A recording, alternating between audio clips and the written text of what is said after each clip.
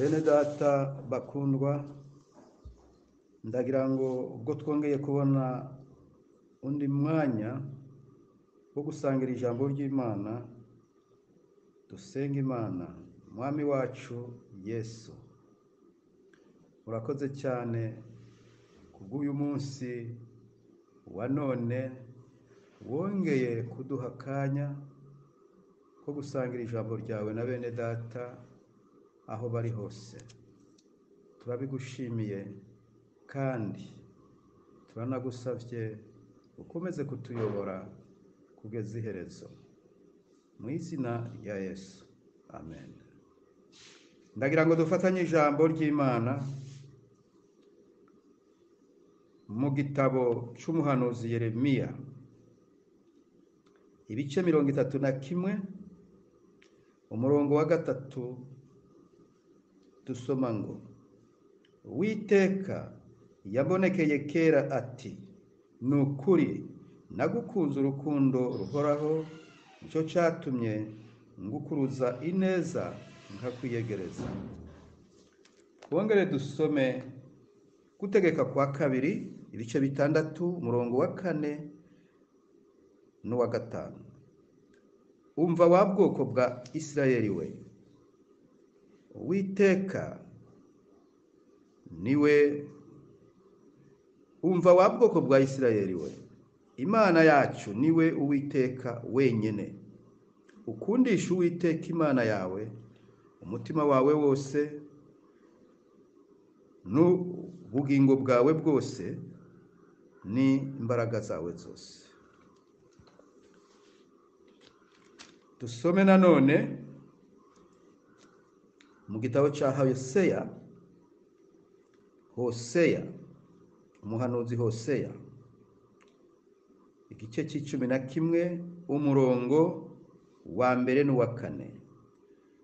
Isirayeli akiri umwana naramukundaga, hanyuma mpamagara umwana wanjye ngo ave muri Egiputa. 4. Nabiyegereje n'imigozi nk'umuntu, mbakuruza imirunga y'urukundo, kandi nabamereye nk'ubakura imikoba mu nzasaya zabo, mbashira ibyo kurya imbere. Amen. Amagambo tugiye kuvugana uyu munsi ni urukundo rw'Imana. Urukundo rw'Imana ni urukundo tudashobora mu bwenge bwacu bwa muntu gusobanura ngo tube twarurangiza, yewe no kurumenya tumenya agace gato cyane. Dusomye muri Yeremiya ngo Uwiteka yambonekeye kera ati, nukuri nagukunze urukundo ruhoraho, nicyo cyatumye ngukuruza ineza nkakwiyegereza. Uyu avuga ibininde ni Isirayeli. Isirayeli ubwe arahamya ati, Uwiteka yarambonekeye kera, amenyesha ko yankunze urukundo ruhoraho, amenyesha ko ari cyo cyatumye ankurura akanyiyegereza, ankuruje ineza. Tuzi ko igihe cy'isezerano rya mbere ririmo amategeko n'abahanuzi, tucita igihe cy'amategeko, ariko urufatiro rw'ayo mategeko rwari urukundo rw'Imana. Amategeko yategetse ab'Imana yakunze irabatoranya. Ubwo rero urukundo ni urufatiro rw'amategeko n'ubundi, kuko Imana ihamagara Aburahamu, nta kintu tubona yarakoze, si kubwo ko yari muremure cyangwa munini cyangwa yize cyangwa yari igihangange cy'ikirangirire ngo bitume Imana imumenya. Oya, yamuhamagaye imukuye mu bubatsi b'umunara w'Ishinari, itiva mu gihugu cyanyu no mu muryango wanyu no mu nzu ya so, ugende ujya ahantu nzakwereka. Nzaguhindura ubwoko bukomeye, nzogeza izina ryawe, nzaguha umugisha, nawe uba umugisha, ubera abandi bantu umugisha. Aburahamu yarumviye, arimera, aragenda. Ageze aho hantu Imana yashaka, ntacyo yahasanze kintu uretse igihugu n'ubutaka. Ahagarara mu kuri, ahagarara mu masezerano, aguma mu rukundo rw'Imana. Ibyo dusoma byose kuri Aburahamu byabereye aho, ariko ubu turiga urukundo rw'Imana. Urukundo rw'Imana ntirugira akagero. Ubwo bwoko bwarororotse.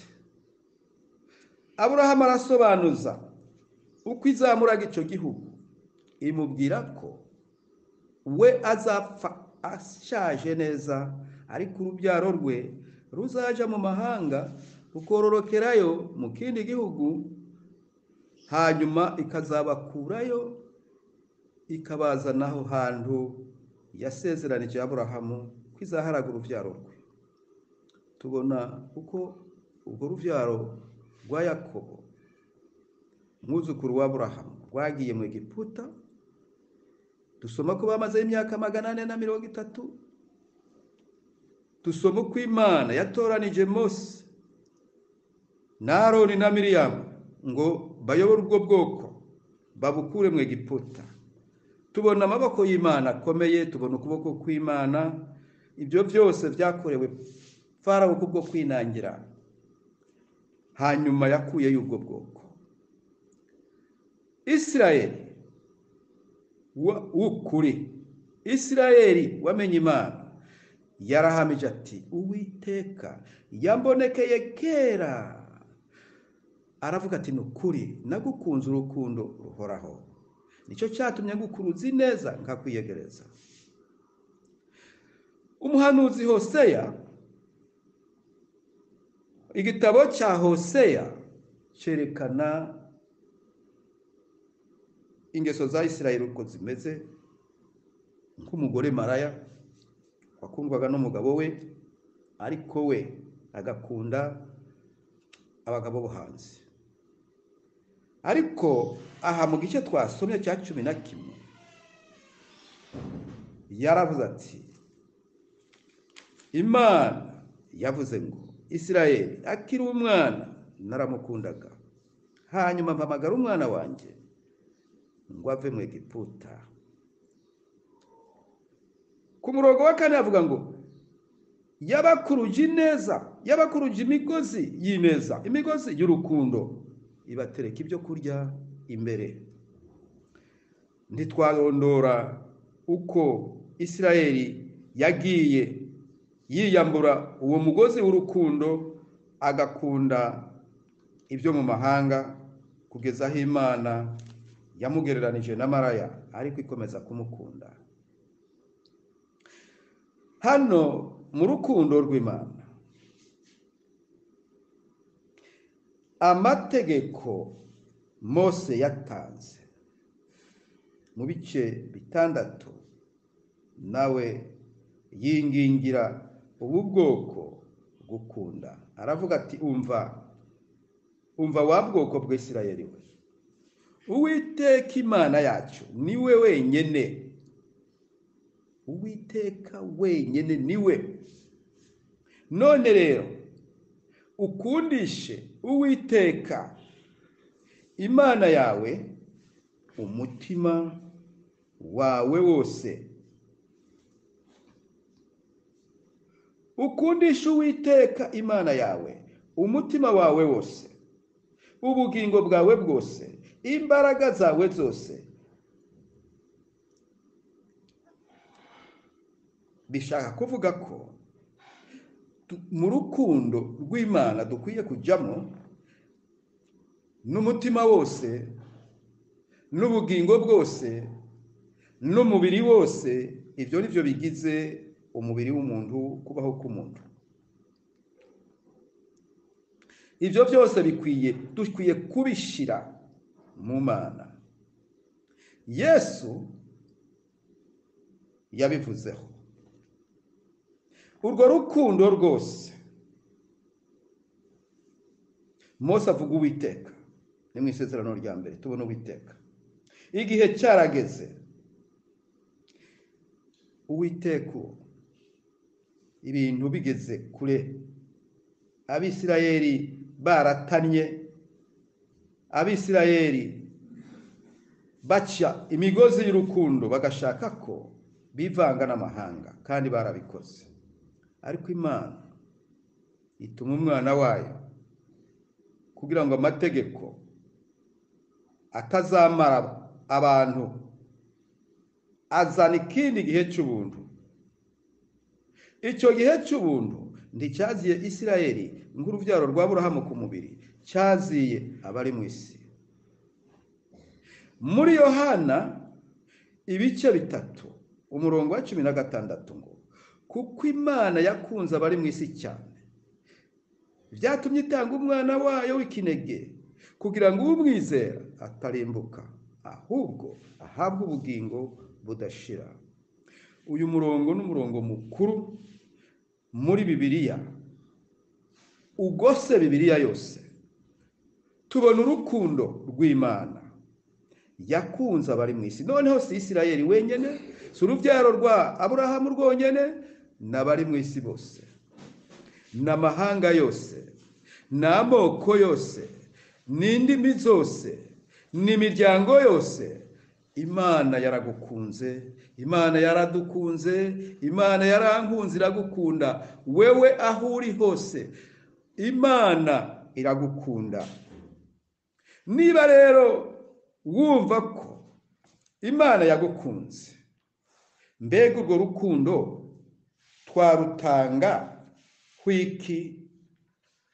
Urwo rukundo twarunganya n'uruhe? Urwo rukundo ruruta ngo urwo umubyeyi akunda umwana we. Uti kubera iki? Koko ibyo birashoboka? Yego. Umubyeyi, ababyeyi benshi narabyiboneye ubwanjye, si rimwe kandi, mu gihe cy'intambara batabana. Ndahantu Imana yari yaranjanye gukorera, bambwiye ahantu hari abana batawe, ababatoye babata nabo bakajya kwizerera. Naravuze nti mujye kunzanira abo bana. Barabanzaniye. Abo bana bari baratawe n'abavyeyi babo.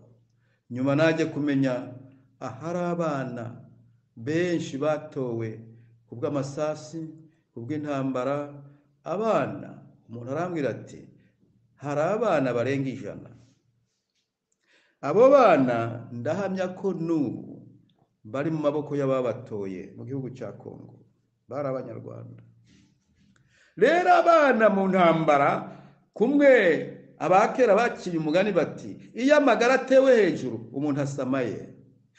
Iyo umuntu rero asama amagara ye, ubwo ntabasamya y'umwana. Nicyo gituma urukundo Imana idukunda ruruta urwo umubyeyi akunda umwana we. Aramukunda by'ukuri, atakindi kiri hagati. Ariko iyo bigeze ku bugingo, urukundo ruracika akiruka. Ariko Yesu yakunze abari mu isi gute? Cyane. Mu rukundo rw'Imana yatumye umwana wayo w'ikinege imufite wenyene, ngo aze gucungura abari mu isi. Kubw'urukundo, atari uko bakora neza. Pawulo abisobanura mu Baroma mu bice 5 ati tukira abanyabyaha, tukira abanzi b'Imana, Yesu yubahutse kudupfira. Ati byashoboka ko umuntu w'ingeso nziza, umuntu akora neza, umuntu yemerwa abantu, umuntu yashobora kwitanga akamupfira. Ariko twebwe twarabagome, twebwe twakora nabi, twebwe twarwanya Imana, twakora iby'Imana yanga, ariko iravyirengagiza idutangira umwana wayo apfa urupfu rubi. Yesu ari ku musaraba yaradusabiye ati, data ubababarire kuko batazi icyo bakora. Uru ni urukundo rw'Imana. Kandi icyo gihe yari mu mibabaro iteye ubwoba, yari yambitswe ikamba ry'amahwa ku mutwe, amahwa ashimangiwe mu mubiri we. Mu biganza bye byombi harimo imisumari minini cyane ishimangiwe mu giti cy'umusaraba.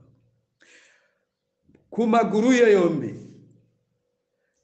harimo umusumari munini watobekeranije ibirenge bye, amaguru ye ufata mu giti. Rero bene data, urukundo rw'Imana, urukundo rw'Imana ntirurondoreka. Urukundo rw'Imana ntirurondoreka. Imana yabanje gutoranya Isirayeli mu moko yose yo mu isi. Yashaka iki?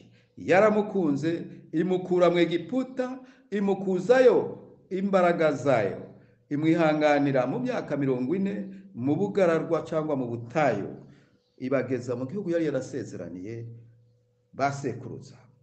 Ariko bakigezemo, usomye amateka yabo biteye agahinda.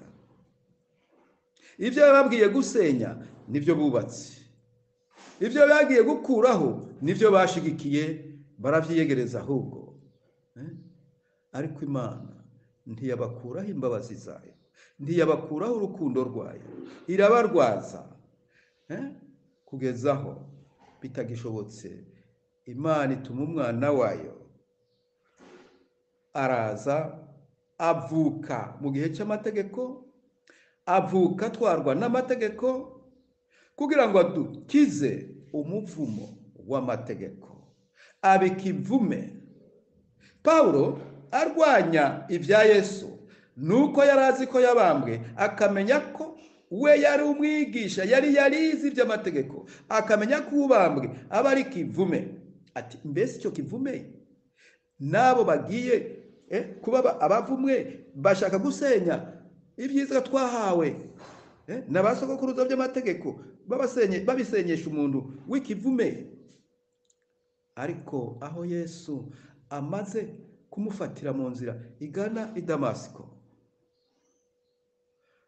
Paulo Yesu akamwibwira, akamenya ko Yesu yari yarishwe, akavugana nawe kandi akamwiyereka. Yavuze ati, burya wa muntu noneho si ikivume, ahubwo sinamenye ibyo ari byo. Nicyo gituma mu Bafilipi mu bice bitatagira ati, ibyari indamu yanje byabaye igihombo ku bwa Kristo, kugira ngo mumenye n'imbaraga zatumye azuka, nanjye nshushanywe n'urupfu rwe, ngo ahari ngere ku kuzuka ko bapfuye. Byaramutangaje.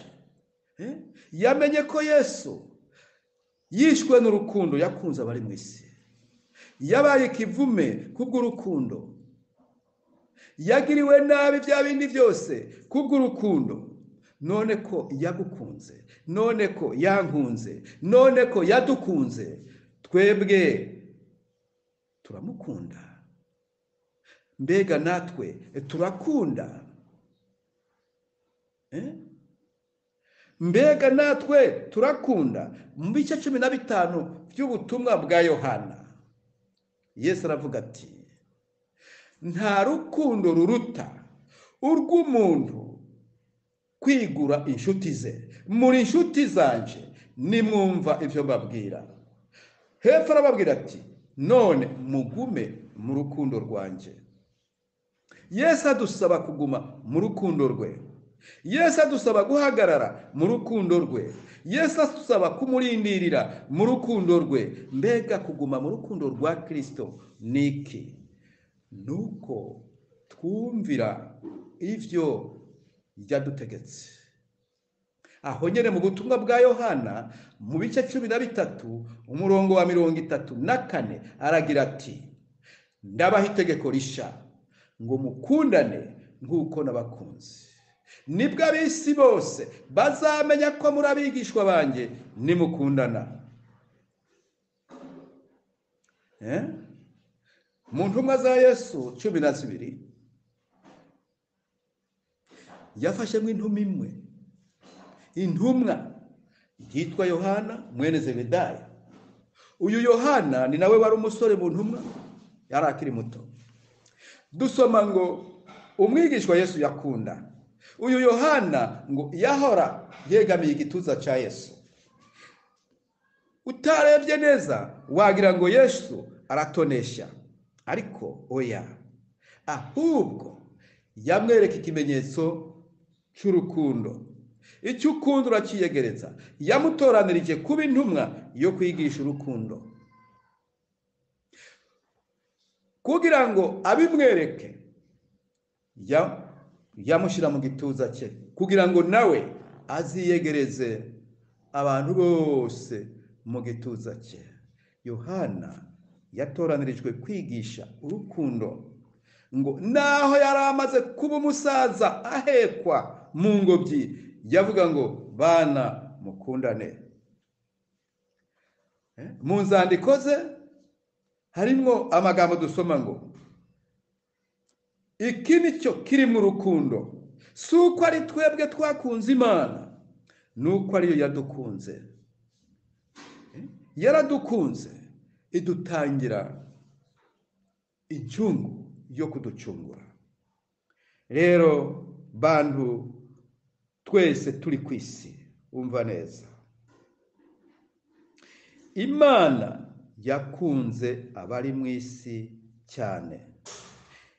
Kubera urwo rukundo yakunze abari mu isi, yatanze umwana wayo w'ikinege, umwana umwe, kugira ngo umuntu wese wemera ibyo Yesu yakoze, wizera ibyo Imana yadukoreye muri Kristo, ahabwe ubugingo buhoraho, ahabwe ubugingo butazashira. Mwene data, Paulo atwigisha iby'urukundo mu Bakorinto ba mbere bice 13 umurongo wa mbere, arabikomeza akageza ku murongo wa 13 n'ubundi, aho turasoma ngo naho navuga, nubwo navuga indimi z'abantu n'iz'abamarayika, ariko singira urukundo, mba ndi umuringa. Mba ndi umuringa. Umuringa ni icyuma kivuga cyane. Bakubise ku muringa ugira ngo mbebe, ijwi rigera kure. Umuringa niwo bacuramwo impanda cyangwa inzumbeti, izi zivuga aya mafamfare, cyane tubibona mu gisirikare. Ivyuma bigize mizika ni miringa. Naho twavuga nk'imiringa tukageza ijwi kure, ariko hatari mu rukundo ntacyo byamara. Arakomeza akavuga urukundo ati naho nagira impano yo guhanura no kumenya amabanga, nkamenya ibihishwe byose, nkagira kwizera kose, ngashobora kwimura imisozi nyitegetse mu kwizera, ariko ntagira urukundo ntacyo byamara. Akavuga ati rero naho nakwitanga ubwanjye ngo ntwikwe, ntagira urukundo. Ikibazo, mbega umuntu yitanze agatwikwa, iyo utwitswe ukabivu, urukundo busigaje udatanze nuruhe? Aha bitwereka iki? Bitwereka ko urukundo tutazi icyo ari cyo. Urukundo twebwe turujyana mu bintu. Yego, gutanga ni umurimo w'urukundo, ariko ushobora gutanga atarukundo ufite.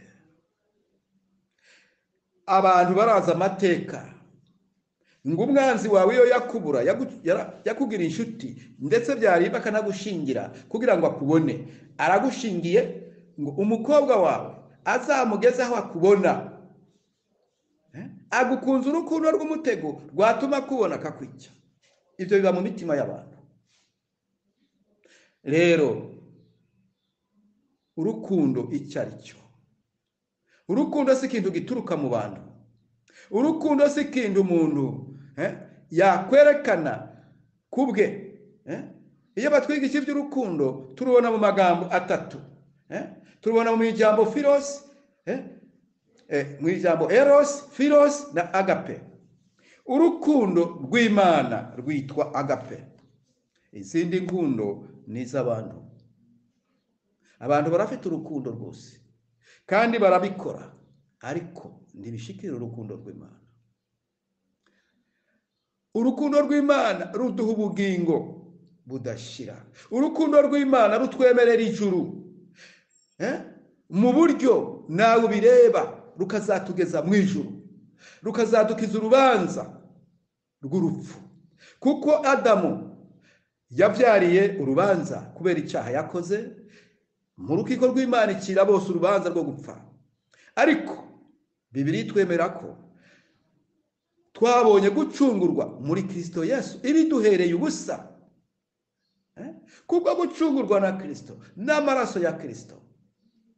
Kristo yabaye igitambo kidukuraho urubanza. Tugomba kwemera urwo rukundo. Rero mu kurangiza Yohana agira ati, guhanura, kwerekwa, ibitangaza, kwizera, ivyo bizagira aho bihagarara. Kwizera kuriho. Atariko ivyo byose twavuze haruguru, ikigumaho niki? Haragumaho kwizera, ibyiringiro n'urukundo. Atariko icyambere muri ivyo kibiruta n'urukundo. Hakwiye kubanza ngo urukundo, kwizera n'ibyiringiro. Ariko uko byanditse nuko ngo kwizera, ibyiringiro n'urukundo. Atariko ikibiruta n'urukundo. Rero nuko bipanze ngo urukundo, kwizera n'ibyiringiro. Urukundo n'urwa mbere. Ikibazo rero tugiye kurangirizaho, dusoma muri Matayo ibice 24 umurongo wa 12 ngo kubera kubugome buzagwira urukundo rwabeshi ruzakonja. Bene data, ndagira ngo mbabwire nkuko Dawidi avuga muri Zaburi 103 ati, mutima wanje himbaza Uwiteka, mutima wanje himbaza Uwiteka, mwabindi bwo mwese mwe nimuhimbaze izina rye ryera. Dawidi niwe mwami wagize intsinzi ikomeye yo kugaruza igihugu akagera mu mbibi Imana yasezeranije Aburahamu, nguko tubisoma mu Itangiriro 17. Izo mbibi Sawuli ntiyazigezeho. Sawuli ntiyigeze yubaka Isiyoni,